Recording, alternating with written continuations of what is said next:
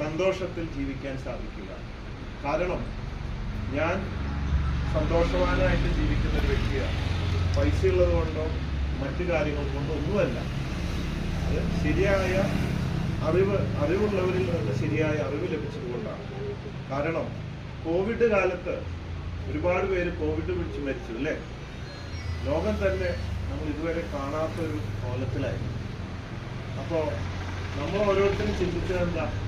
ഞാൻ മാത്രം മരിക്കരുത്. എത്ര പേര് ലോകത്ത് മരിച്ചു വീഴുന്നു, ഞാൻ മാത്രം മരിക്കരുത് അല്ലേ?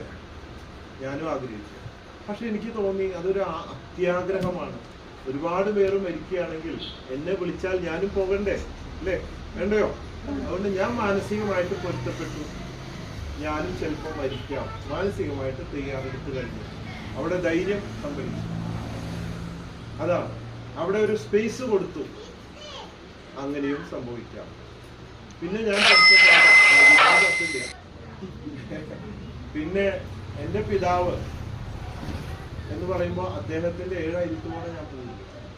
അതിന് 10% ക്വാളിറ്റി എനിക്ക് കിട്ടിയിട്ടില്ല. അത്രയും നല്ല മാതൃകാപരമായ ഒരു മനുഷ്യനായിരുന്നു എൻ്റെ ഫാദർ.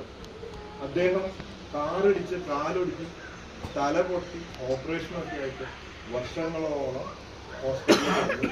അതൊക്കെ മാറി വന്നപ്പോഴേക്കും എന്തായി? ക്യാൻസർ പിടിച്ച അദ്ദേഹം മരിച്ചു. അപ്പൊ എനിക്കൊരു കാര്യം മനസ്സിലായി. നമ്മൾ എത്ര നല്ലവരാണെങ്കിലും സൂക്കേട് വരാം അല്ലേ? ക്യാൻസർ വരരുതെന്ന് നമുക്ക് പറയാൻ പറ്റുമോ? സൂക്കേട് വരാം, വണ്ടി ഇടിക്കാം, അപകടത്തിൽപ്പെട്ട് മരിക്കാം അല്ലേ? അപ്പൊ വണ്ടി ഓടിക്കുമ്പോൾ ഞാൻ വിചാരിക്കും ചിലപ്പോൾ ഞാൻ തിരിച്ചു വരും, ചിലപ്പോൾ ഞാൻ തിരിച്ചു വരില്ല. എൻ്റെ വണ്ടി മാത്രം ഇടിക്കരുത് എന്ന് പറയാം. ദിലീപ് പറഞ്ഞ പോലെ എന്നെ മാത്രം കാത്തോളെ എന്ന് പറയാൻ പറ്റുമോ? ഇല്ല. അപ്പൊ അങ്ങനെ ഉണ്ടാവാം, സുഖ ദുഃഖങ്ങൾ ഉണ്ടാകാം. ഇപ്പൊ ജയിലിൽ പോകേണ്ടി വന്നു. ഞാൻ മാനസികമായിട്ട് അല്ലെങ്കിൽ പർപ്പസ്ലി ഒരു തെറ്റും ഞാൻ ചെയ്തിട്ടില്ല. എല്ലാവർക്കും അറിയാം അല്ലേ? തമാശകള് വീഡിയോകളിലൊക്കെ പറയാറുണ്ട്. തമാശയായിട്ടാണ്. ആരും ദ്രോഹിക്കാനോ ഉപദ്രവിക്കാനോ